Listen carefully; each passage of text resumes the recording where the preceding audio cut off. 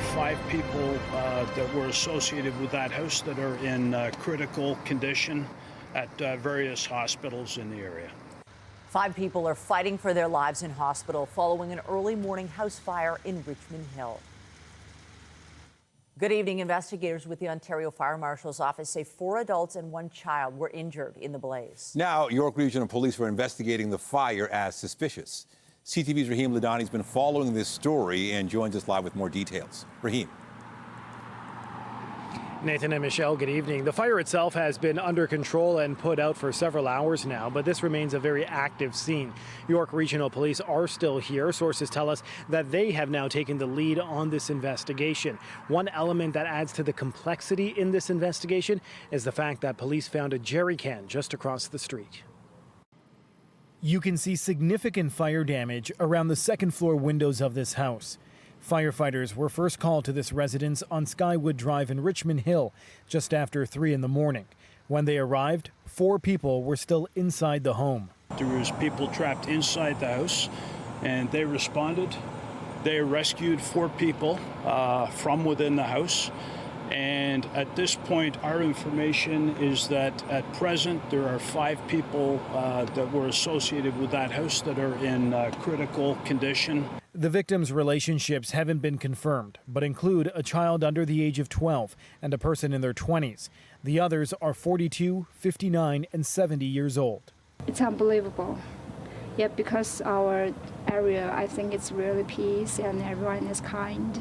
We heard the emergency cars, moving around very, very fast. Across the street from the home, forensic investigators are focusing their attention on a gas can and backpack sitting on the property of a Catholic school. Sources say York Regional Police have taken the lead and are investigating this as a criminal or suspicious act. In a statement, police say, at this time, the jerry can is being seized as a precaution. While it's too early to confirm that it is related, its proximity to the fire is suspicious and it will be investigated in full. We have the WeChat group, and some neighbors told us they post the news there. Yeah, that's pretty sad. As the Ontario Fire Marshal works to determine the cause of the blaze, it's believed the fire alarms were working inside the home. The 911 operator, during the phone call, was able to hear smoke alarms during the call. Police have not said if they are looking for any suspects. I can also tell you that this was a multi-generational family home, and the Office of the Fire Marshal tells us that out of the 4 people who needed to be rescued from inside the home, at least 1 person needed to be saved from a second-floor bedroom. Reporting live, I'm Rahim Ladani. Nathan, back to you. Thank you, Rahim. 1 person has been taken to hospital with serious injuries following a shooting in Markham. York Regional Police were called to the Ashgrove Road and Hepburn Street area near McCowan and 14th Avenue around 9 in the morning. They found 1 person suffering from a gunshot wound who was taken to hospital. 4 people have been arrested in connection with the shooting. Police have not given any details about the victim or suspects. They're asking anyone with information to come forward. Police are searching for a suspect after 2 men were critically injured in a shooting in Scarborough yesterday. I understand how concerning this is to the people of Toronto, particularly the people that live in that neighborhood. And I want to assure the people of Toronto that we are dedicating as many resources as we can to solve this crime. It happened around 5:15 p.m. near Tansley Avenue and Danforth Road, just north of Eglinton. 2 men in their 20s were found with gunshot wounds and rushed to hospital. Investigators say they believe the shooting was targeted. They're searching for a male suspect who left the area in a light-colored vehicle. They say he stands about 5'10" and was last seen wearing all black clothing. York Regional Police are searching for 3 suspects in connection with a homicide investigation in Vaughan. Police were called to a home near Andretta Drive in Barron Street around 1 a.m. yesterday for reports of a home invasion. When police arrived, they found a man suffering from trauma to his body. Life-saving measures were performed, but the man died at the scene. He's been identified as 46-year-old Abdul Alim Faruqi. Investigators say they believe he was targeted. Now, they say 3 suspects were seen leaving the area wearing dark clothing and face coverings. Police are asking anybody with any info to come forward. Two suspects have been arrested in connection with an armed carjacking in Mississauga. On June 19th, two men approached the victim as he exited his vehicle in the driveway of a home on Manola Drive in Mississauga. One suspect was armed with a knife, while the other claimed to have a gun. They demanded the keys to the victim's vehicle, as well as his watch and cell phone. The suspects then left in a vehicle, a 2023 Mercedes-Benz Maybach. 19-year-old Ekamveer Randawa was arrested in July. 20-year-old Parth Sharma was arrested August 28th. Both men are facing multiple charges, including robbery and possession of property obtained by crime. An inmate reported missing from a women's prison in Kitchener has been caught. Waterloo police arrested 59-year-old Carolyn Burton after she escaped the minimum security prison at Grand Valley Institution. Burton, who's serving a 5-year sentence for fraud, was reported missing during a head count yesterday. She was found in Toronto this afternoon after police received a tip from a member of the public.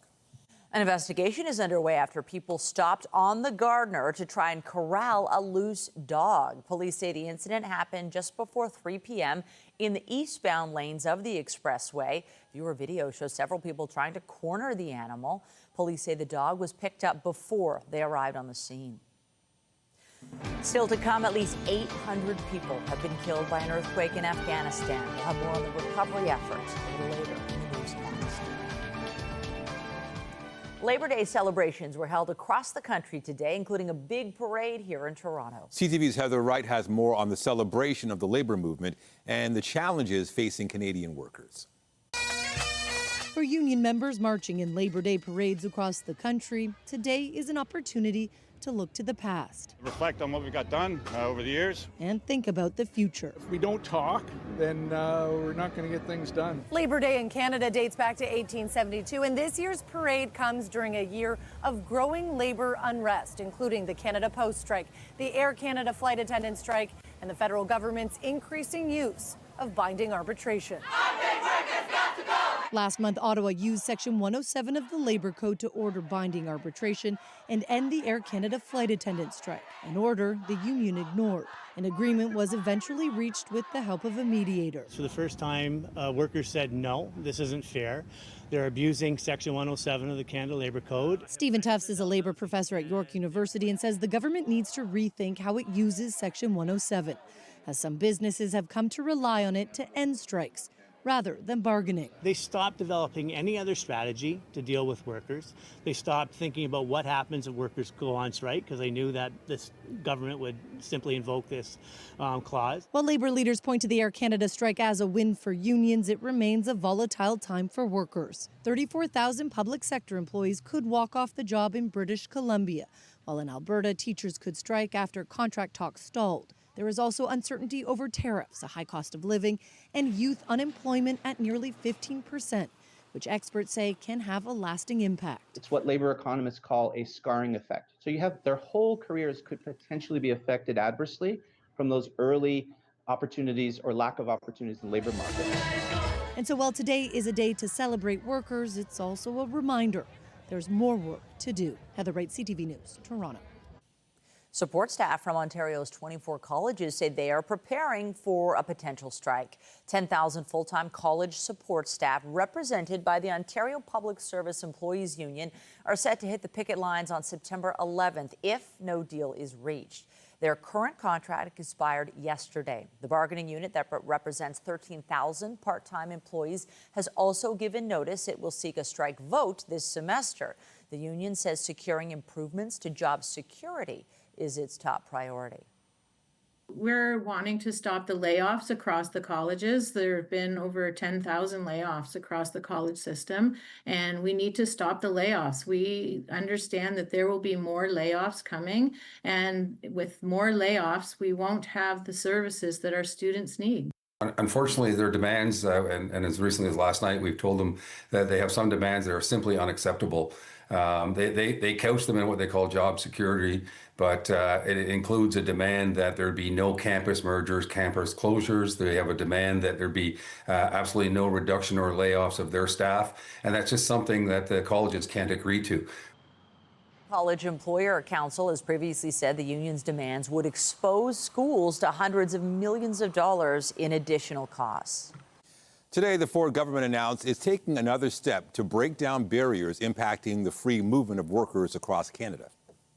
Architects, engineers, I mean, just think you graduate from Memorial University or in Alberta, you're out working in the oil sands and you want to come and work in Sarnia in our sector and you're held up for months navigating regulatory processes, and we want to make sure that it's much easier as we're building a stronger Canada, that these workers can flow freely. Starting next year, certified professionals will be able to start working in Ontario within just 10 days once their credentials are confirmed.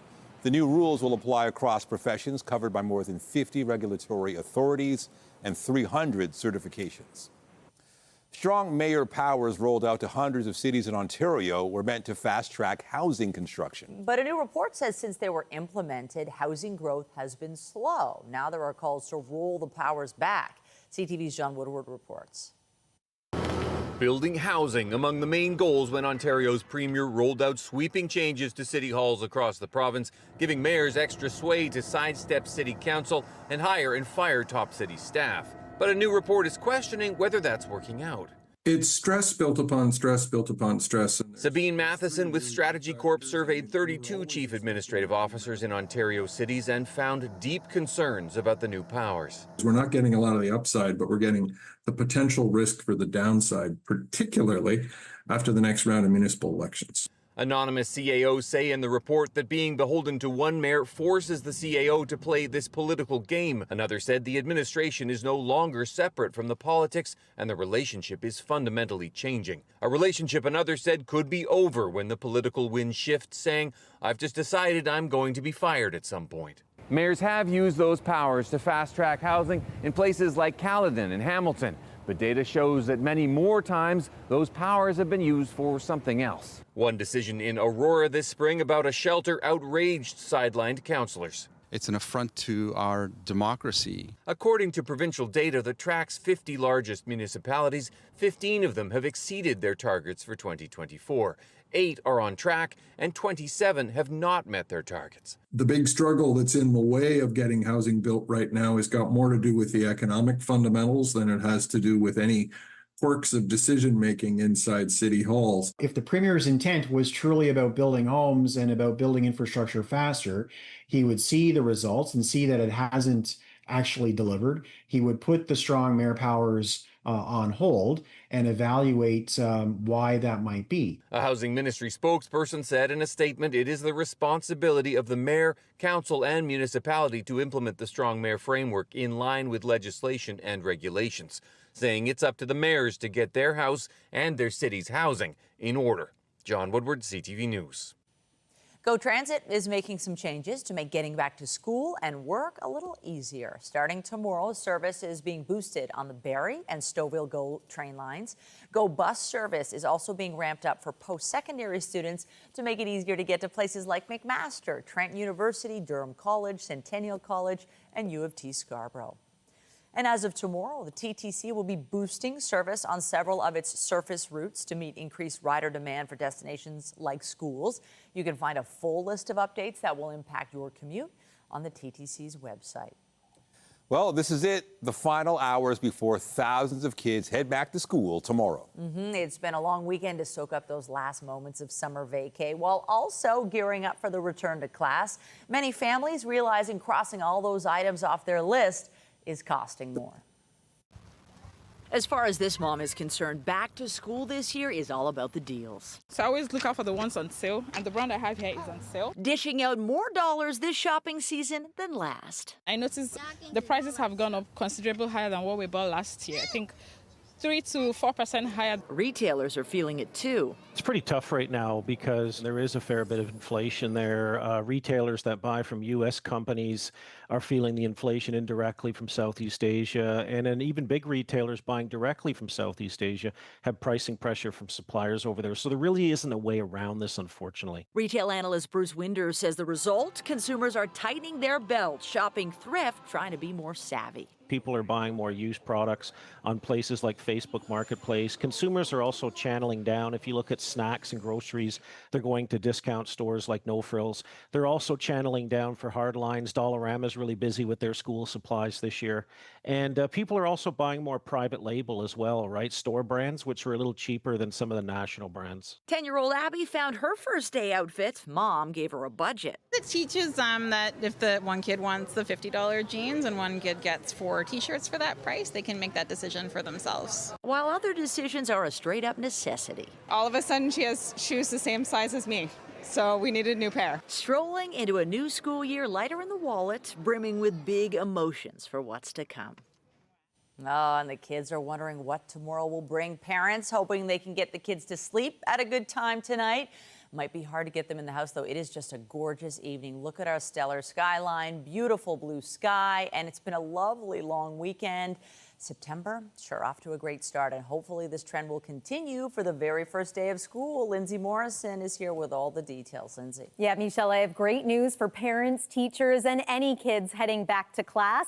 The weather's going to be pretty lovely into tomorrow, but there's a couple of things we are going to talk about. First, let's focus on today. The last day of summer vacation for so many was comfortable. It was calm. It was pleasant. We made it to a high of 24 degrees and we're at 23 right now. We do have a little bit of an easterly wind that's starting to bring some cloud cover to areas like Kingston and Ottawa, but it's been nothing but fair weather skies around the GTA. And it's a great looking evening if you want to enjoy maybe dinner in the backyard or head to a patio to celebrate the end of the season. Of course, tomorrow is back to school. So this is a little sneak peek of what you can expect. We do have a chance of showers, and coming up, I'll show you what point in the day that looks most likely. But for now, Michelle, I'll send it back over to you. Thank you, Lindsay. Well, it may be September now, but that hasn't brought an end to a challenging summer of wildfires across our country. Recent figures show there are nearly 600 wildfires burning across Canada, 360 of which are out of control. An out-of-control wildfire is edging towards the town of Fort Providence in the Northwest Territories and has prompted evacuation orders of 2 communities. My job was to keep everybody calm and then organize like the elders and the families to get onto the bus. Yeah, so that's what I was doing yesterday. This is a big fire. It's a powerful fire. And so when the smoke allows, there's aerial attacks being done in the community. There's a lot of structural protection work being done. So sprinklers put on top of houses. There's structural protection firefighters from here in Hay River who've gone to Fort Providence. There's the local firefighters in Fort Providence, as well as some firefighters from high level who are in the community as well. So it's all hands on deck. There are over 100 wildfires burning across the Northwest Territories, 90 of which are out of control. Meanwhile, British Columbia dealing with more than 150 wildfires as hot, dry conditions continue there. Authorities say 3/4 of the dozens of new fires this past week were started by lightning strikes. 4,400 lightning strikes were recorded across the province on Friday and Saturday alone. And in Newfoundland, there's some relief with the last of the evacuation alerts lifted for communities affected by the Conception Bay North Fire. The fire forced people out of their homes in early August, destroying almost 200 structures. One out-of-control fire remains in the province. 32 Liberal members of Parliament have signed a letter calling for more to be done to address rising anti-Semitism in Canada. Quebec Liberal MP Anthony Housefather quoted from his letter on X saying Jewish Canadians, like all Canadians, have a fundamental right to feel safe in Canada and to live safely with their Jewish identity proudly known. Housefather said he was sending the letter in the wake of the stabbing of a Jewish woman at an Ottawa grocery store last week, currently under investigation as a hate-motivated incident. Both Premier Ford and Prime Minister Mark Carney condemned the incident and pledged to combat anti-Semitism. Experts are predicting the decrease in international travel to the U.S. could continue beyond this summer. There's so many things that are going on in the U.S., I think, right now that make people a little bit nervous. You know, you see the president taking over the police force in Washington, D.C. and saying that the nation's capital is not safe. You see immigration raids all across the United States. I think the message some Canadians are getting and some people around the world is that they're just not welcome and they don't feel safe. According to Stats Canada, more U.S. residents entered Canada in June and July than Canadians making the trip south of the border. Experts are blaming the decrease in Canadians heading to the U.S. on President Trump's policies, including tariffs, immigration crackdowns, and calls to annex Canada. Rescue efforts are underway in Afghanistan in the aftermath of a 6.0 magnitude earthquake. The Taliban government is reporting at least 800 people have died. So this earthquake has struck a country which is already on its knees. Families are already enduring droughts, floods, economic collapse, one of the worst humanitarian crises in the world. And now in the dead of night, their homes have crumbled around them. Rescue efforts in remote areas are facing challenges due to the country's mountainous terrain and inclement weather. Officials here in Ottawa said Canada stands ready to offer support with humanitarian partners. Amid the ongoing fighting in Gaza, one Canadian man is working to assist his brother, who remains trapped in the enclave. He was recently injured and is now in need of life-saving surgery. CTV's Kamal Karamali has the details. This is the sound of unbearable agony. Bakr Abuljedian taking shrapnel to his torso last week in Gaza, now struggling to survive. Half a world away in his Ontario home, his brother Ahmed. It's really hard for me to watch it. It's really, really hard to watch it. In pain, just hearing his brother's cries. I feel like I'm losing him. I don't want to lose him. I need my brother. The injury caused by an explosion, damaging Bakr's ability to digest food. Now in need of life-saving surgery that can only be delivered outside Gaza. But the issue is, just like for the roughly 2 million people in the enclave, he can't leave. His family calling us from Gaza during our interview, showing Bakr stable and resting for now. But time is running out. He is, I think, 47 kilogram right now. What have doctors in Gaza said about how quickly your brother needs this life-saving surgery? If he did not get it by 1 month or 1.5 months, then we cannot control his situation anymore. Ahmed now asking the federal government to help with an immediate medical evacuation, but Ottawa saying that is outside of its abilities. Each country sets its own entry and exit requirements. Countries surrounding Gaza have closed their borders, making movement out of Gaza extremely difficult. Israel ramped up its strikes in Gaza today, killing dozens more Palestinians, including children and aid workers. As Israel increases its drive to occupy the area, a flotilla left Spain to cheers and hope of breaking Israel's aid blockade, while a march took place in Israel this weekend protesting its government's handling of the war. Israel's prime minister maintaining his sights on Hamas, saying they were able to kill a spokesperson of the group's armed wing. The hospital is the tenant. Caught between all the politics, Bakr Abuljedian, his family showing us the makeshift hospital he's staying in, created by inflatable tents. I told him, don't worry, you will be fine. I will get you out. Ahmed hoping he can keep that promise so that his brother can live to see his nieces soon. Kamal Karamali, CTV News, Brantford, Ontario. In Israel today, thousands gathered for the funeral of Idan Shtivi. He was one of 2 October 7th hostages whose bodies Israel's military says it has recovered in recent days. Many hostage families have been urging Israel's government to agree to a ceasefire with Hamas that will see them released. With Russia showing no signs of stopping its ongoing invasion, the president of France says allies are planning a new push to support Ukraine. Emmanuel Macron says he will host a meeting of the so-called Coalition of the Willing in Paris on Thursday. On the agenda will be issues like security guarantees for Ukraine after a truce with Moscow is reached. Macron says members will also take stock of the consequences of Russia's persistent refusal to make peace. Diplomats have suggested the meeting is meant to send a message to U.S. President Donald Trump, underscoring the lack of progress on Ukraine talks since his meeting with Vladimir Putin in Alaska. European leaders say they're ramping up sanctions and defense spending.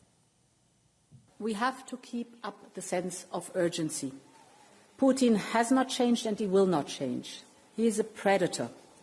He can only be kept in check through strong deterrence. Those comments from Ursula von der Leyen came as she toured several EU countries bordering Russia and Belarus. The European Commission says her plane was targeted by GPS jamming while trying to land in Bulgaria yesterday. Pilots were reportedly able to keep flying with paper maps. Authorities in Bulgaria suspect Russian interference. The Kremlin said that wasn't the case. Призванные содействовать урегулированию украинского кризиса. Отмечу, что понимание. Meanwhile, the president of Russia told the security summit in China that an understanding was reached at his meeting with Trump over the war in Ukraine. He didn't go into details, but said he'd already told Chinese President Xi Jinping about the situation. Putin, Xi, and Indian President Narendra Modi have made several declarations of friendship and pledges of support among their countries at their ongoing gathering. A days-long eruption is continuing at Italy's Mount Etna, but officials are now letting visitors check out the natural phenomenon a little closer. Italian authorities have been monitoring to make sure guides and tourists are following safety precautions at Europe's most active volcano. While molten rock continues to flow, no groups larger than 10 are allowed to view the natural spectacle. Visitors also aren't allowed to get within 50 meters of the lava. Coming up, it signals the end of vacation for the kids and the last blast of summer fun before the beginning of school. We take one final ride at the CNE as the gates get set to close for the year. Well, August slipped away, and I think many of us will remember it for being another hot month. Much like the majority of the summer, we had 6 days above 30 degrees. Compare that to last year when we had 2. And in the end, after such a dry summer, we had almost our average monthly amount of rainfall. Hello, September. A new month means new norms. And here's a look at generally what you can expect. This week, what you can expect is at least 1 day of rain, followed by a bit of a cool down. So your 7-day forecast is coming up, and stay with us. We've got another full night of great shows for you right here on CTV.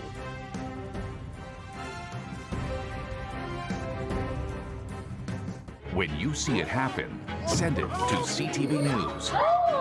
Text 10400 from your screen to ours. Text 10400. The unofficial end of summer is upon us as the CNE officially comes to a close today. CNE officials say more than 1 million people have visited the X this year, but they're hopeful the final tally will top 1.4 million. The X grounds closed at 5 p.m. with no entry or re-entry permitted after that. However, for those still inside, all rides remain in operation until 9 p.m. CNE CEO Mark Holland spoke about this year's fair. It's been extraordinary. You know, the energy's been amazing. Anytime we have good weather like today, we've seen phenomenal turnout, really record turnout. And it's, I think, because there's been a great lineup. Like our music this year has been as good as it's been. We had just huge turnout at the band shell. People really wowed by the ice show and Mythos. The dining in the sky. So there was, and of course the food, which has been a lot of fun and lots of new crazy things to try.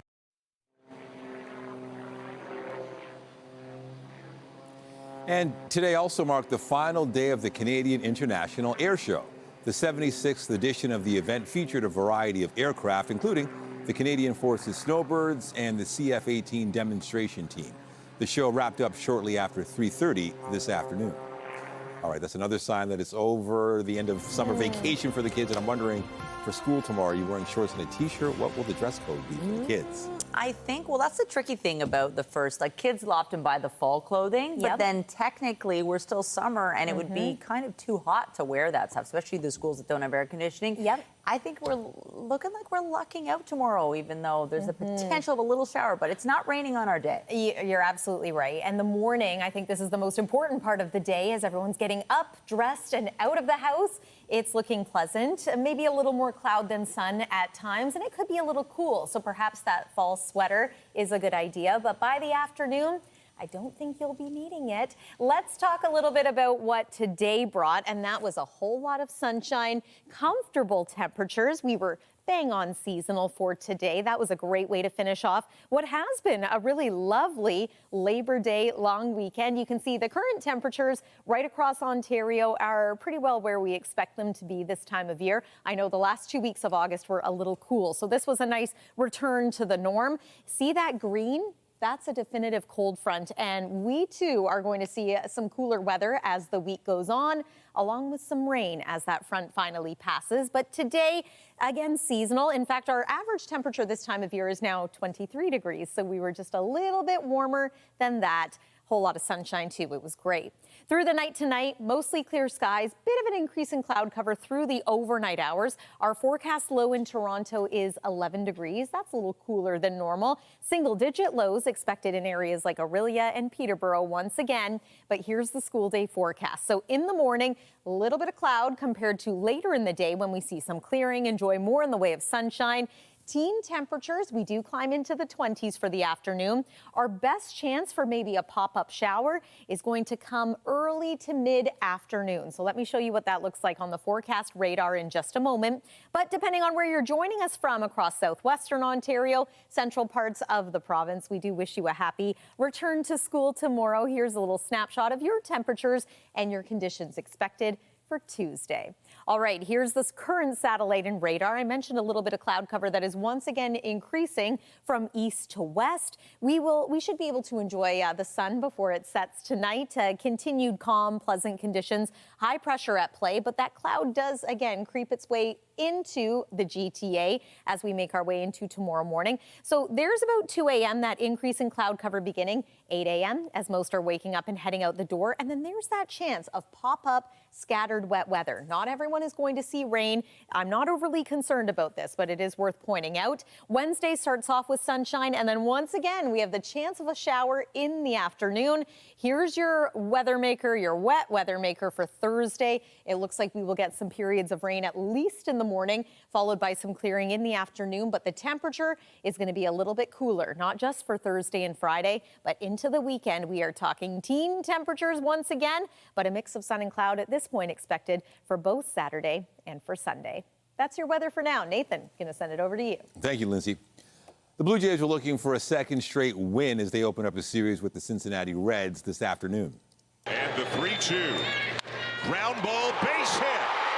One run is home. Here comes Friedel. Throw to the plate. Not in time, and the Reds walk it off. The Reds scored 3 runs in the bottom of the 9th to secure a comeback victory, beating the Jays 5-4. The teams will continue their series tomorrow afternoon. The Argos were looking for a second straight win as they squared off against the Hamilton Tiger Cats in the Labor Day Classic this afternoon, and this one came down to the wire. Trying to win, they need a field goal. The wind drifting into their face. They need some yardage. Arbuckle puts it up for grabs. Deshaun Brissett caught it. He's inside field goal range, but he wants more.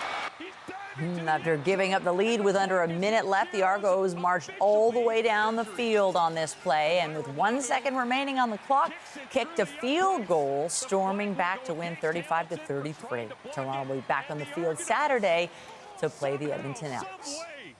Felix Auger-Aliassime was looking to book a spot into the quarterfinals at the U.S. Open today.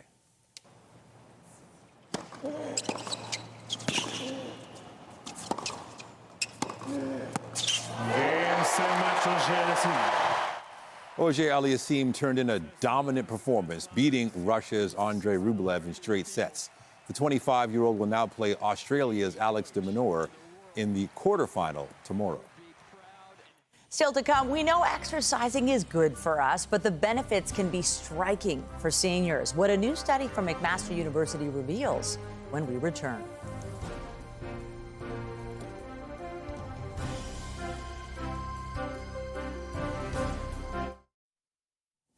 There are new questions this week over the use of a drug commonly prescribed to heart attack patients.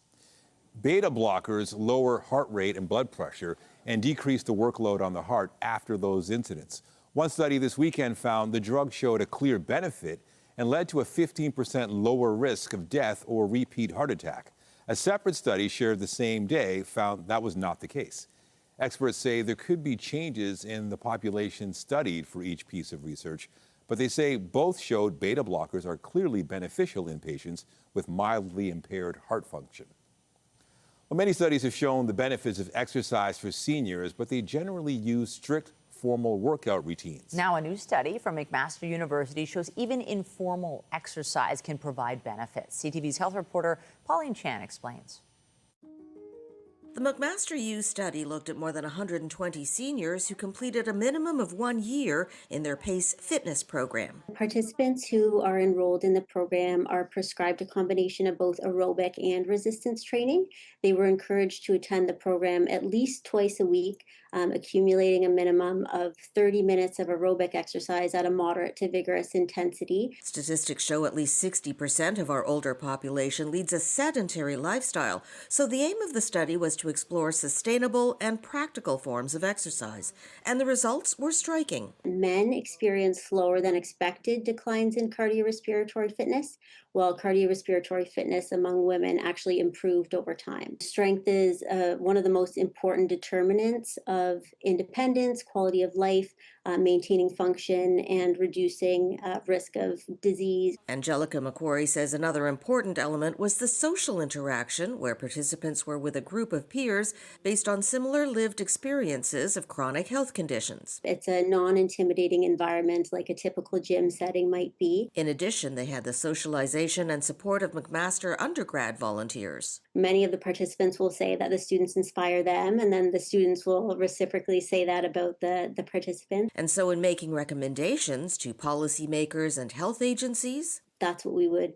propose, that the social component is important in having folks return and complete the exercise time after time. McQuarrie says costs such as gym memberships or transportation can be a barrier for the elderly, as can attitudes. A lot of folks might think perhaps it's too late to start exercise if they've never done so before. It's truly never too late for folks to get started, and the impact that it can have on their health and their daily life is quite significant. McQuarrie says while developing healthy exercise habits is important for the young, it's equally important for the old.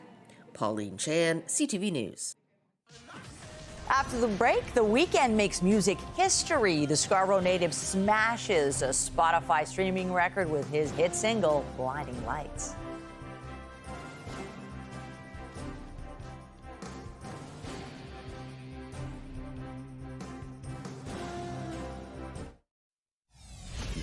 The 911 operator, during the phone call, was able to hear smoke alarms during the call, and that the first firefighters that arrived also reported hearing smoke alarms inside the house, which, as we all know, that's your best chance at escape in any house fire. Updating our top stories, 5 members of the same family are fighting for their lives in hospital following an early morning house fire in Richmond Hill. One of the victims is a child under 12. York Regional Police say they're investigating the fire as possibly suspicious, as a gas can was found on a nearby property. It's critically important today and every day for us to remember during President Trump's tariff war that we need to buy local, shop local, eat local, and create good local jobs. People marched through the city today as part of the annual Labor Day parade. Participants took aim at U.S. tariffs, as well as what they say is the Liberal government's interference in recent labor disputes. I had a lot of fun this summer, and I want it to be longer. I'm feeling pretty excited, but at the same time, I kind of want to stay. But I'm excited to go see my friends again. And students across the province are enjoying the final moments of their summer vacation as school is set to begin tomorrow. While kids are preparing to return to class, the cost for school supplies has increased because of trade turbulence caused by U.S. tariffs. Remember to keep up to date day and night at ctvnewstoronto.ca by downloading the CTV News app. And if you have a news tip, photos, or video of breaking news, let us know. Stock markets were closed in Canada and the U.S. today, but results were mostly mixed overseas amid global trade tensions. European and Chinese markets rose slightly while shares slid in Japan, South Korea, and Australia. But analysts will be keeping a close eye on what happens when North American markets reopen tomorrow. It'll be the first chance for investors to weigh in on Friday's dramatic court ruling against U.S. President Donald Trump's global tariff policy. The ruling didn't strike them down pending a Supreme Court appeal, but it did say they exceeded his powers as president. Meanwhile, industry experts say Canada's canola producers have a big decision ahead of them as Canada and China remain locked in a trade standoff. Left Field Commodity Research says farmers lost at least $140 million on their products in the last 2 weeks. It comes after China imposed tariffs on canola seed, oil, and meal. Analysts say the duty on canola is seen as a response to Canada's tariffs on Chinese electric vehicles. Canola is considered a high source of farm revenue for Canadian producers, but it's also among the most expensive to grow. Some of the biggest names in film are set to converge in the city this week as the Toronto International Film Festival gets underway. TIFF's 50th anniversary edition kicks off on Thursday. Nearly 300 different titles will screen at venues across the downtown. The festival runs through to September 14th. And for screenings that still have seats available, you can access tickets online. The Weeknd has made music streaming history.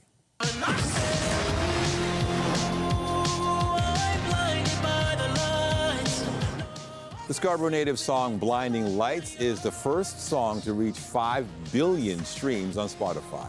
It took 6 years since the song's release to reach the milestone. An octet is a unit of digital information in computing and telecommunications that consists of 8 bits. In the new musical titled Octet, 8 performers come together in a support group to battle their addiction to the internet. CTV's Andrea Case spoke with some of the cast about the production. So many men in my pocket, I roll through my infinite scroll, never grows old. Yes, no, no, yes, yes, left, right, right, left. Addicted to the internet, 8 people find themselves in a tech-obsessed support group. This is the latest play from 3-time Tony Award nominee Dave Malloy. Performer Damian Atkins. The way that they cope is they sing together. They sing as a choir, as an a cappella choir. So it's a beautiful, funny, moving show about the modern times we live in and how to kind of get back to an analog way of dealing with each other and coping with each other as human beings. Haley Gillis just completed the run of Malloy's opera Natasha Pierre and the Great Comet of 1812. And without taking a break, she's in rehearsals for Octet. It's not terrifying. It's really difficult. I feel like it's really good for our brains, and I will be better for it. But it's like we're in the process right now of this kind of thing. Oh wait, no, it's this. Like I can't even do it. I suspect deep down, I don't care if I die. How else could I be wasting so much time? That's a lot coming from these veteran performers. Atkins is a 4-time Dora Award winner. That I'm at a stage in my life where I no longer want to do anything that's not terrifying. So that's appealing to me. The fact that it's very scary is appealing to me. I don't know, it could be a bad idea. Octet was a hit off Broadway, and this is its Canadian premiere. Gillis calls it a good challenge. The bar is here, and I know that the people, and same with Chris who cast us all, I know that you can reach this bar. We're not going to lower the bar. We're going to keep it up here, and you will all rise to it, and the audience will too. I could be so good at love. Octet is a Crow's Theatre, Soul Pepper Theatre, and the musical stage company co-production. It runs from September 9th through October 12th at Crow's Theatre. Andrea Case, CTV News. Tonight, a real-life math lesson before classes even begin. We had to get like 8 erasers and like all these different notebooks, and so you're kind of sorting through. The toll of tariffs on school supplies as Canadian students get set to go back. Later on CTV National News. Get Toronto's top stories, breaking news alerts, and watch live. Download the CTV News app. Well, it is a glorious evening, first day of September, and I think this is about the time where households across the city, it gets real, right? School is happening tomorrow. And even if you don't have kids in school, it's going to feel different on the roads because you have buses and just a lot more people suddenly. Yeah, you have to accept the fact that summer vacation has come to an end. A few more hours left, but you're right. Tomorrow things are going to be different. Yeah, I can remember on Labor Day doing one last plunge in the pool on that day, and it was the big jump, and then it was back to school. And that's okay. There may be some butterflies or some jitters at home for the kids watching right now, but don't worry, tomorrow is going to be a beautiful day in your life and also weather-wise. So here's one more look at our wake-up weather. So we're bringing this one back out. The school buses will be out on the roads. Expect a little bit of cloud and cool-ish temperatures first thing in the teens, but then in the afternoon, we're going to climb into the 20s, forecasting a high of 24 degrees, but it's going to feel more like 27. That feels like summer to me. Mix of sun and cloud. There is a chance of a shower in the afternoon. For those having an extended summer day tomorrow, maybe it's not back to school in your home. Here's a look at what you can expect through the afternoon. Maybe you're going to play a round of golf. That would be a good way to extend your summer. And the 7-day forecast, yes, we do see signs of some rain moving in for Thursday and Friday. Cooler conditions by next weekend. Michelle and Nathan. Thank you, Lindsay. That's it for us. But you can join Omar Sajidina tonight at 11 for CTV National News, followed by Zoraida Allman with our next local newscast at 11:30. In the meantime, our coverage continues anytime on CP24 and at ctvnewstoronto.ca. For Lindsay Morrison and all of us here at CTV News, thanks for watching and have a great night. Get to bed early, all you kids. It's true, the routine.